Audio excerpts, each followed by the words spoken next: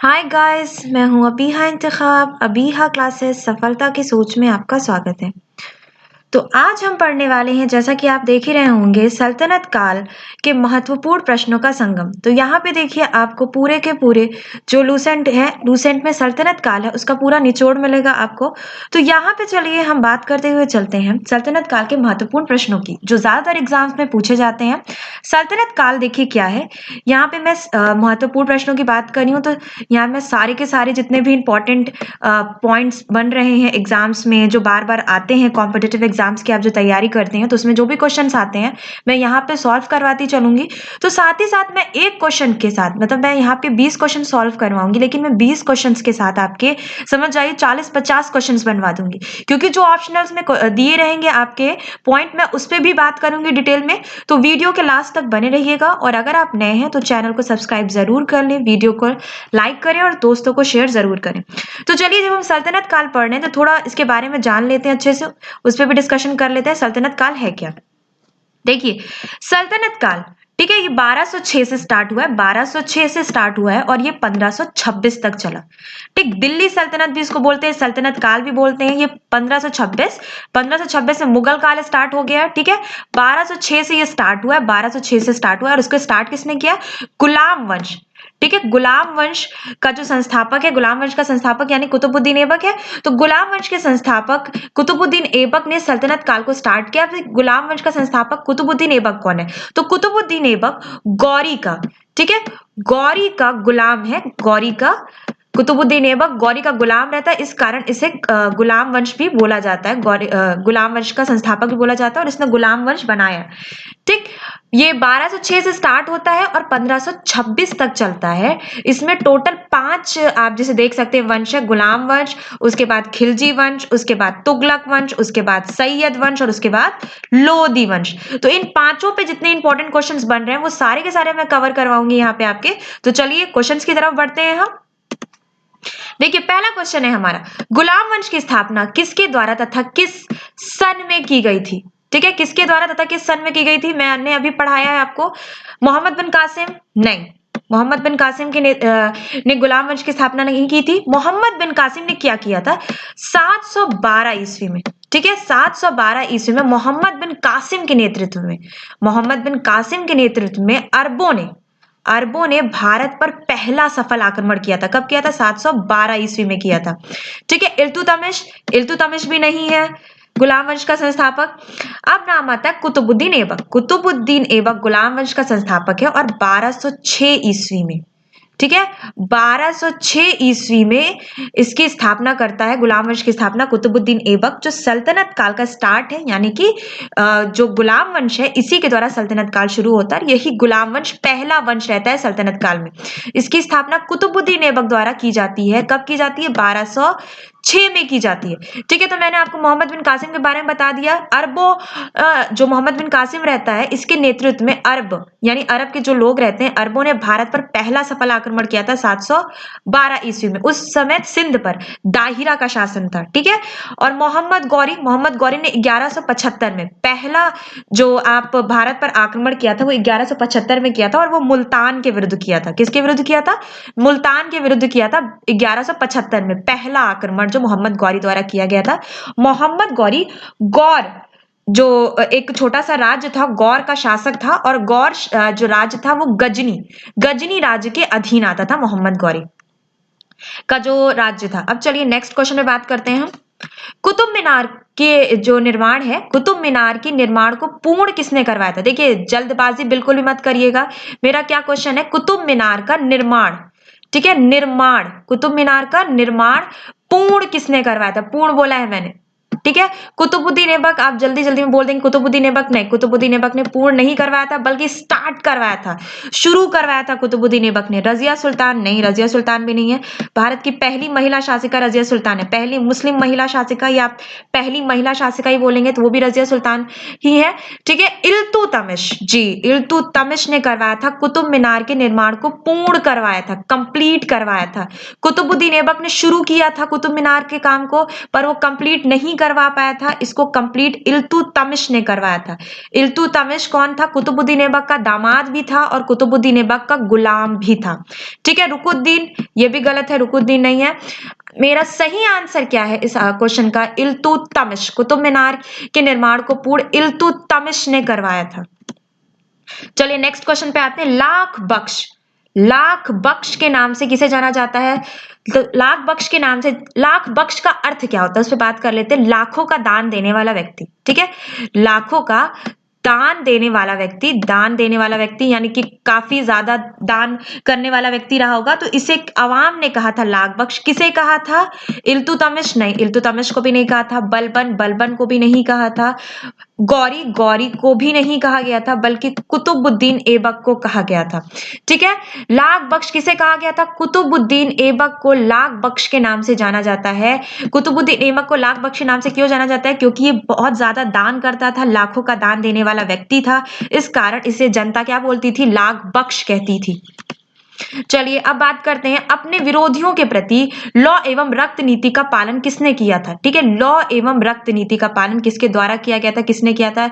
Law एवं रक्त नीति का मतलब होता है कि यदि कोई भी राजा के प्रति थोड़ा सा भी विद्रोह करता है, उसको सीधे क्या कर दो? समाप्त कर दो, उसका अंत कर दो।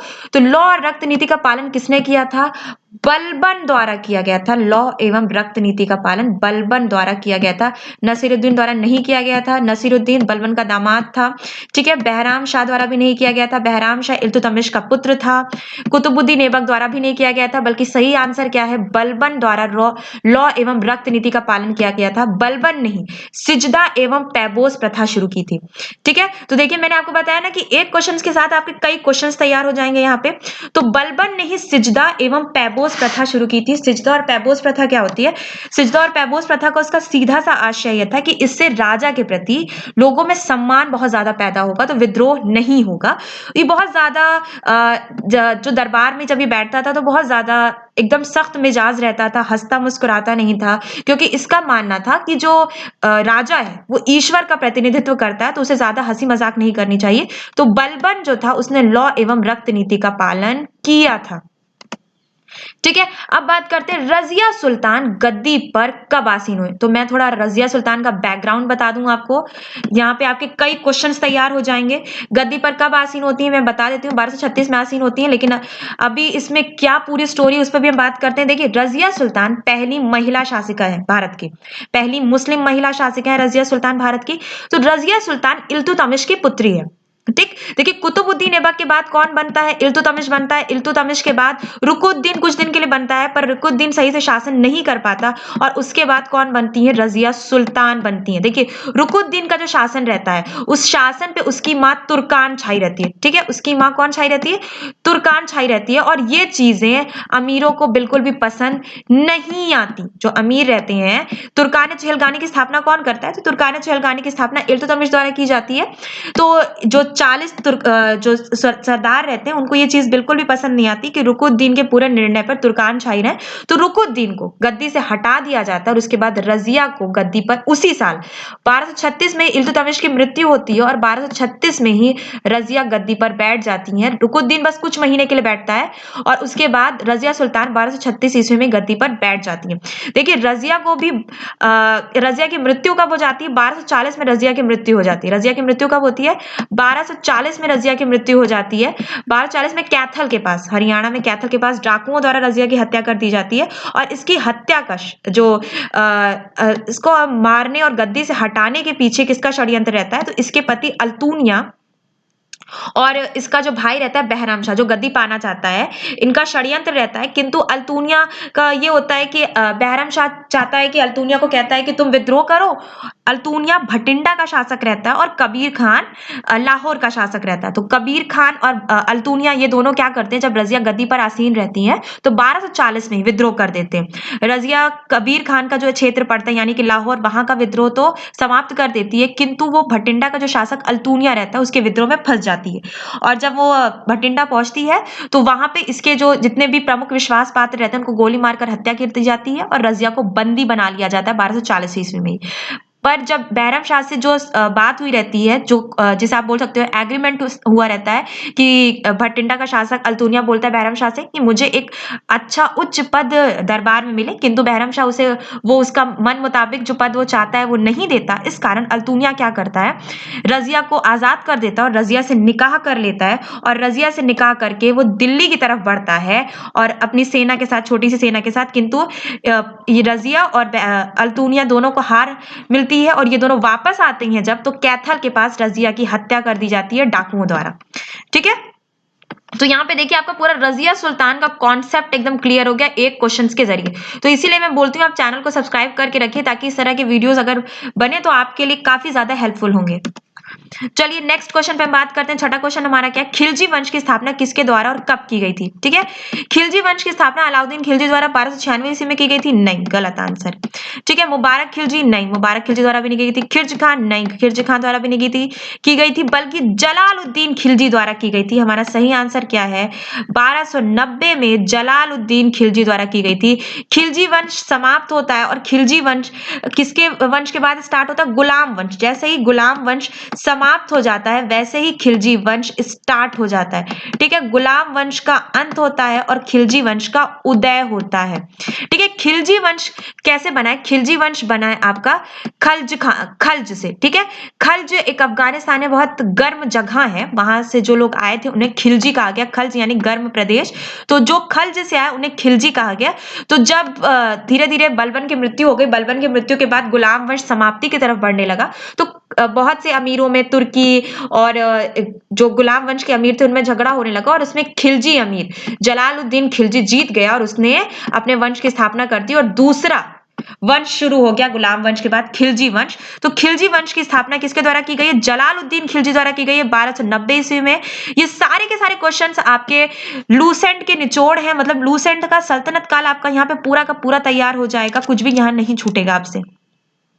चलिए सातवां क्वेश्चन हमारा क्या है, मूल नियंत्रण प्रणाली, इसे सार्वजनिक वितरण प्रणाली भी आप बोल सकते हैं। मूल नियंत्रण प्रणाली की शुरुआत किसके द्वारा की गई थी, किसके शासनकाल में की गई थी, अकबर, नहीं, अकबर के शासनकाल में नहीं की गई थी। जलालुद्दीन, नहीं, अलाउद्दीन खिलजी के शासनकाल में की गई थी। सही आंसर है अलाउद्दीन खिलजी के शासनकाल में मूल नियंत्रण प्रणाली की शुरुआत की गई थी। ठीक है, मूल नियंत्रण प्रणाली की शुरुआत कब की गई थी, ये शुरुआत किसके शासनकाल में की गई थी, तो अलाउद्दीन खिलजी द्वारा की गई थी। ये मूल नियंत्रण प्रणाली क्या है, देखिए आज के टाइम में अगर आप राशन कार्ड वाली स्थिति जानते हैं तो बिल्कुल वही थी ये सार्वजनिक वितरण प्रणाली भी आप इसे बोल सकते हैं, पहली भारत की सार्वजनिक वितरण प्रणाली, और ये आप मूल नियंत्रण प्रणाली भी बोल सकते हैं। इसके द्वारा क्या किया जाता था कि जितने भी सैनिक थे, सैनिकों को कम दाम पे उनको अनाज की प्राप्ति होती रहे, वो विद्रोह ना करें, तो मार्केट में जो बड़े बड़े जो बिजनेस करते थे खादान का, यानी कि गेहूं का व्यापारी होते थे, उनमें क्या किया जाता था, एक मूल्य तय कर दिया जाता था कि इस मूल्य से ज्यादा की कीमत पे तुम वस्तु नहीं बेचोगे, और ये जो सैनिक है इनको कुछ पैसों में आप भरपूर अनाज दे दिया करेंगे। बिल्कुल जैसे आप आज की हमारी सार्वजनिक वितरण प्रणाली है, बिल्कुल उसी तरह इसको डिजाइन किया गया था मूल नियंत्रण प्रणाली को अलाउद्दीन खिलजी द्वारा। तो इससे सीधी सी बात है, करप्शन बहुत यानी भ्रष्टाचार बहुत कम होता था, कालाबाजारी ना के बराबर होती थी। तो ये काफी सफल प्रणाली रही है अपने टाइम की। चलिए अब बात करते हैं अमीर खुसरो का जन्म कब और कहां हुआ था। ठीक है, अमीर खुसरो का जन्म कब और कहां हुआ था, तो पटियाला में हुआ था 1253 ईस्वी में। ठीक है, 1253 ईस्वी में अमीर खुसरो का जन्म हुआ था। अमीर खुसरो बलबन के दरबार में भी रहा है, अमीर खुसरो अलाउद्दीन खिलजी के दरबार में भी रहा है। उत्तर प्रदेश में जन्म नहीं हुआ था इसका, दिल्ली भी गलत है, मध्य प्रदेश भी गलत है। सही आंसर है पटियाला में हुआ था, 1253 ईस्वी में इसका जन्म हुआ था, अमीर खुसरो का पटियाला में हुआ था। ठीक है, अलाउद्दीन खिलजी, एक क्वेश्चन रह गया, अमीर खुसरो को तोताए हिंद भी बोला जाता था। ठीक है, अमीर खुसरो को तोताए हिंद भी बोला जाता था। तो ये क्वेश्चंस कई बार बनते हैं कि तोताए हिंद किस कवि को बोला जाता है, तो अमीर खुसरो को तोताए हिंद बोला जाता है। चलिए नेक्स्ट क्वेश्चन पे बढ़ते हैं हम। हमारा 9वां क्वेश्चन है, अलाउद्दीन खिलजी की मृत्यु के बाद उसका उत्तराधिकारी कौन था, तो अलाउद्दीन खिलजी के बाद उसका उत्तराधिकारी कौन बना, खिर्ज खान, नहीं, जलालुद्दीन खिलजी, नहीं, गलत आंसर है, ये भी नहीं है, नसीरुद्दीन, गलत है, ये भी नहीं है, बल्कि सही आंसर है मुबारक खिलजी। ठीक है, मुबारक खिलजी बनता है अलाउद्दीन खिलजी की मृत्यु के बाद। अलाउद्दीन खिलजी की मृत्यु के बाद मुबारक खिलजी गद्दी पर बैठता है। तो मुबारक खिलजी गद्दी पर कब बैठता है? 1316 में बैठता है मुबारक खिलजी गद्दी पर। ठीक है, 1316 में मुबारक खिलजी गद्दी पर बैठता है और 1316 में ही अलाउद्दीन खिलजी की मृत्यु हो जाती है। उसके बाद मुबारक खिलजी गद्दी पर आसीन होता है 1316 में। ठीक है, तो इसका सही आंसर है मुबारक खिलजी, जो कि पुत्र रहता है अलाउद्दीन खिलजी का। ठीक, अब नेक्स्ट क्वेश्चन पे हम बढ़ते हैं। मुबारक खिलजी की हत्या हत्या किसके द्वारा तथा किस वर्ष की गई थी? ठीक है, किसके द्वारा तथा किस वर्ष की गई थी? खुसरो खां द्वारा की गई थी 1320 में। बस 4 साल ये शासन करता है, 1316 में गद्दी पर बैठता है, बहुत सही से शासन नहीं चला पाता। ठीक है, 1316 में गद्दी पर बैठता है और 1320 में खुसरो खां द्वारा इसकी हत्या कर दी जाती है। खुसरो खां कौन रहता है? खुसरो खां मुबारक खिलजी का वजीर रहता है। ठीक है, मुबारक खिलजी का वजीर रहता है खुसरो खां और 1320 में इसकी हत्या कर देता है। खुसरो खां मुबारक खिलजी की हत्या कर देता है 1320 में। गयासुद्दीन गलत आंसर है, मोहम्मद बिन तुगलक भी गलत आंसर है, रुकुद्दीन भी गलत आंसर है। सही आंसर है खुसरो खां। नेक्स्ट क्वेश्चन की तरफ हम बढ़ते हैं। तुगलक वंश की स्थापना किसके द्वारा किस सन में की गई थी? इस पे बात कर लेते हैं। तुगलक वंश की स्थापना किसके द्वारा तथा किस सन में की गई थी? देखिए, खिलजी वंश जब समाप्त हो जाता है, गुलाम वंश समाप्त हो जाता है, उसके बाद खिलजी वंश स्टार्ट होता है और खिलजी वंश के समाप्त होने के बाद स्टार्ट होता है तुगलक वंश। ठीक है, तुगलक वंश स्टार्ट होता है। तो तुगलक वंश की स्थापना किसके द्वारा की जाती? मोहम्मद बिन तुगलक गलत आंसर है, सही जवाब है जिसे लॉक किया जा सकता है। ठीक है, गयासुद्दीन तुगलक, तो बिल्कुल सही राइट आंसर है आपका, गयासुद्दीन तुगलक द्वारा की जाती है तुगलक वंश की स्थापना। ठीक है, देखिए जैसे ही 1320 में मुबारक खिलजी की हत्या हो जाती है, खुसरो खां गद्दी पर बैठ जाता है, वजीर रहता है जो कि मुबारक खिलजी का, खिलजी का, जो मुबारक खिलजी की हत्या करके खुसरो खां 1320 में गद्दी पर बैठता है, तो कुछ ही महीने शासन कर पाता है और गयासुद्दीन तुगलक उसको हरा देता है और खिलजी वंश समाप्त हो जाता है और तुगलक वंश शुरू हो जाता है। तो सही आंसर इसका गयासुद्दीन तुगलक। ठीक है, नेक्स्ट क्वेश्चन पे हम बात कर लेते हैं। इब्ने बतूता किसके शासन काल में भारत आया था? इब्ने बतूता कौन था? देखिए, मोरक्को का निवासी था ये भारत आया था दूत के रूप में। ठीक है, जलालुद्दीन खिलजी के टाइम में आया था, गलत। मोहम्मद बिन तुगलक के टाइम में ये भारत आया था और मोहम्मद बिन तुगलक ने इसे दिल्ली का काजी भी नियुक्त कर दिया था। ठीक है, और रेहला नामक पुस्तक किसने लिखी है? इससे क्वेश्चंस बहुत बने हैं।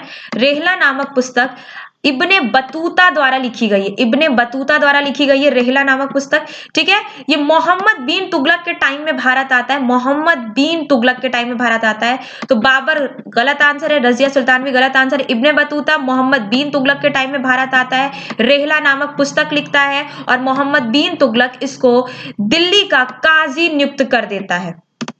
ठीक है, अब बात करते हैं ब्राह्मणों पर जजिया कर लगाने वाला पहला मुसलमान शासक कौन था? ब्राह्मणों पर। ठीक है, ब्राह्मणों पर जजिया कर लगाने वाला पहला मुसलमान शासक कौन था? अकबर गलत, औरंगजेब भी गलत है, फिरोज तुगलक।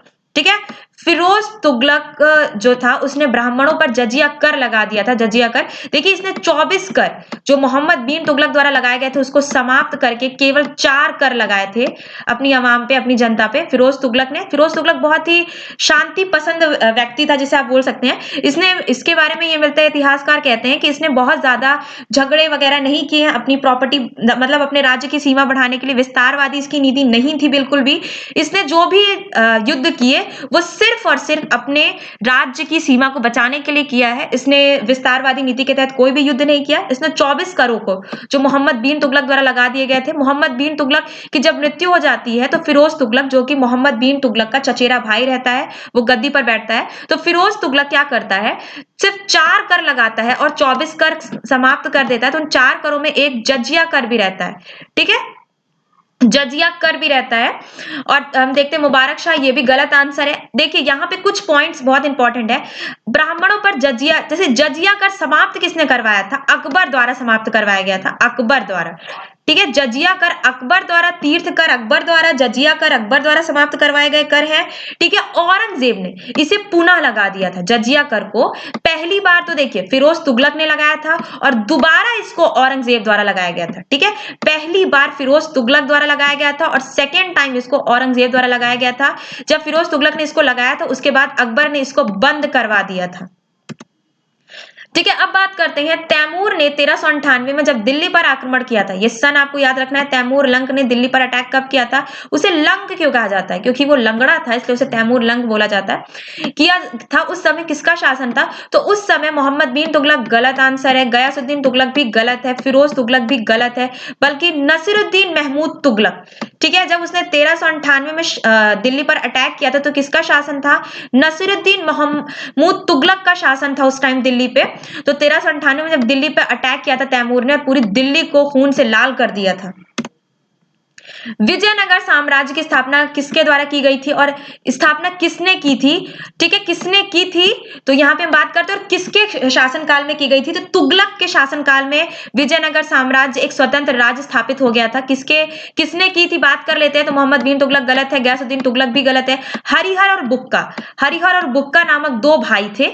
हरिहर और बुक्का नामक दो भाई थे जिन्होंने विजयनगर साम्राज्य की नींव स्थापित की थी। ये स्वतंत्र राज्य था तुगलक वंश से। ठीक है, तुगलक वंश से ये स्वतंत्र राज्य था। तुगलक के टाइम यानी तुगलक वंश में ही विजयनगर साम्राज्य की स्थापना की गई थी।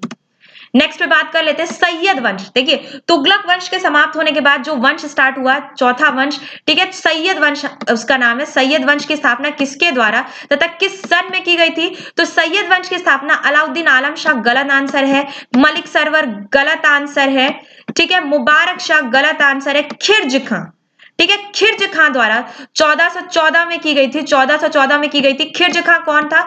खिरज खां तैमूर लंक का, ठीक है, तैमूर लंक का सेनापति था। ठीक, तैमूर लंक का सेनापति था खिरज खां। तो खिरज खां क्या करता था? जो कर था, टैक्स, वो तैमूर के बेटे शाहरुख को भेजा करता था, यहां से जो भी उसको टैक्स मिलता था। तो सही आंसर है खिरज खां। सैयद वंश की स्थापना खिरज खां द्वारा की गई थी 1414 ईस्वी में।